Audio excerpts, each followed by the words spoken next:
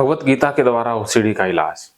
तो रेखा जी, आपने अब मेरी बातों को ध्यान से समझना है, जितना समझ पाओ उतना बता दीजिएगा।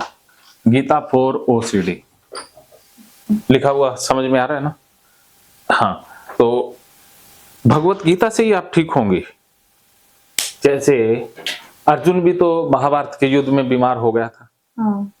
अर्जुन को जानती हैं? कुंती पुत्र। हाँ, लेकिन अर्जुन कुंती पुत्र नहीं है। अर्जुन उस हर शख्स का नाम है जो ओसीडी से घिरा हुआ है, जो परेशानी से घिरा हुआ है, जो भाग रहा है। अर्जुन भी तो भागना चाहता था ना कि युद्ध नहीं करूंगा, जंगल में चला जाऊंगा, भीख मांग लूंगा। इस तरह के विचार उसके मन में उमड़ घुमड़ रहे थे। तो आपके मन में भी तो ऐसा ही हो रहा है कि आप भी तो कहीं जाना अवॉइड कर देती हैं, दूसरों से सारा काम करवाती हैं। तो आप में और अर्जुन में तो समानता है। आज अर्जुन आप ही हैं। अर्जुन कौन है? मैं। हाँ, आप ही है अर्जुन। अर्जुन युद्ध से भाग रहा था, डर रहा था। आप भी तो भाग ही रही हैं ना, गंदगी से भाग ही रही हैं, पोटी से भाग ही रही हैं। तो पोटी से भागना नहीं है, ये हमें गीता सिखाती है। तो अर्जुन का इलाज भगवत गीता से हुआ। आप भी अर्जुन हैं, तो आपका इलाज भी तो भगवत गीता से ही होने वाला है। तो आप भगवत गीता से 100% ठीक हो जाएंगी। और वो कोर्स मैंने दिया था ना, कोर्स की वीडियो नहीं देखे? नहीं देख पाए ना?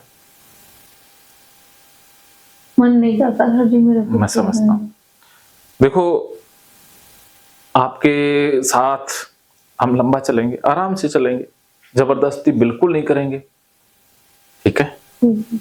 मैं समझता हूँ आपको कि जब मन ना करे ना, तो चाहे सामने सोना पड़ा हो, उसमें भी वो भी अच्छा नहीं लगेगा। सामने कितने भी पैसे रखे हों, वो भी अच्छे नहीं लगेंगे। तो धीरे धीरे आपका मन भी करने लगेगा और ओसीडी भी समाप्त हो जाएगी।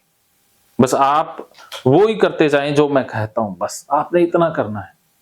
जैसे अर्जुन ने कृष्ण के ऊपर सरेंडर कर दिया था ना, कि जैसे जैसे कृष्ण कहते गए अर्जुन करता गया, तो युद्ध भी जीत गया और सब कुछ हो गया। तो वैसे ही आप ये युद्ध जीत जाएंगी। आपका युद्ध दवाइयों के खिलाफ, डिप्रेशन के खिलाफ, ओसीडी के खिलाफ है। ये युद्ध आप जीत जाओगी अगर आप जैसा मैं बोलता हूं वैसा करती जाओगी। तो इसमें जो कृष्ण कौन है?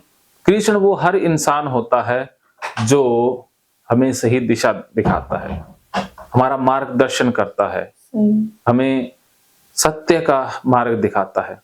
तो यहाँ कुदरत ने मुझे वो जिम्मेदारी सौंपी है। तो ये जो हो रहा है सब कुछ, आप यहाँ आई हैं, ये कुदरत की मर्जी से ही हो रहा है। क्योंकि ये काम भी मैं अपनी मर्जी से नहीं कर रहा, ये कुदरत मुझसे करवा रही है। हाँ, तो आपको यहाँ पर एक जादू सा महसूस होगा, अलग सा ही महसूस होगा। यहाँ ना तो घबराहट बढ़ेगी ना कुछ होगा, ये भगवान की कृपा से हो रहा है। तो इसलिए आप अपने आप को छोड़ दें, सोचना नहीं है, बिना सोचे समझे वही करती जाएं जो मैं बताता हूं, ठीक है? और जैसे वो युद्ध था ना जो महाभारत का, वो तो 18 दिन में समाप्त हो गया था। लेकिन आपके मन में जो युद्ध चलता है वो 18 दिन में समाप्त नहीं होता है, लगातार महीनों सालों से चल ही रहा है ना। तो इस युद्ध को जीतना है तो हमें गीता की जरूरत है। हमने गीता को अपने जीवन में धारण करना है। तो गीता के अंदर 18 अध्याय हैं, 700 श्लोक हैं। हम 700 श्लोकों को या 18 अध्यायों को तो नहीं पढ़ पाएंगे क्योंकि समय हमारे पास सीमित है। विद्वानों ने गीता को 3 भागों में डिवाइड कर दिया है। सबसे पहला भाग है ज्ञान योग, ओके। दूसरा है कर्म योग, तीसरा है भक्ति योग। ये गीता के 3 भाग हैं, लेकिन आपके लिए ये तीनों भाग उल्टे हो गए हैं। आपके लिए ज्ञान योग नहीं है, अब रोग हो गया है। आपके पास तो ज्ञान रोग है, पोटी गंदी है ये रोग है। वास्तव में पोटी को गंदा बनाया ही नहीं है।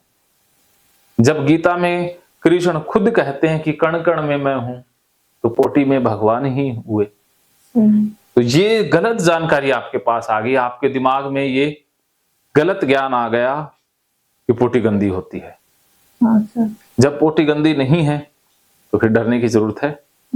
हाँ, तो आपके लिए ज्ञान है ना, जो पोटी के बारे में ज्ञान है, वो ज्ञान नहीं है, वो आपका रोग है। अच्छा।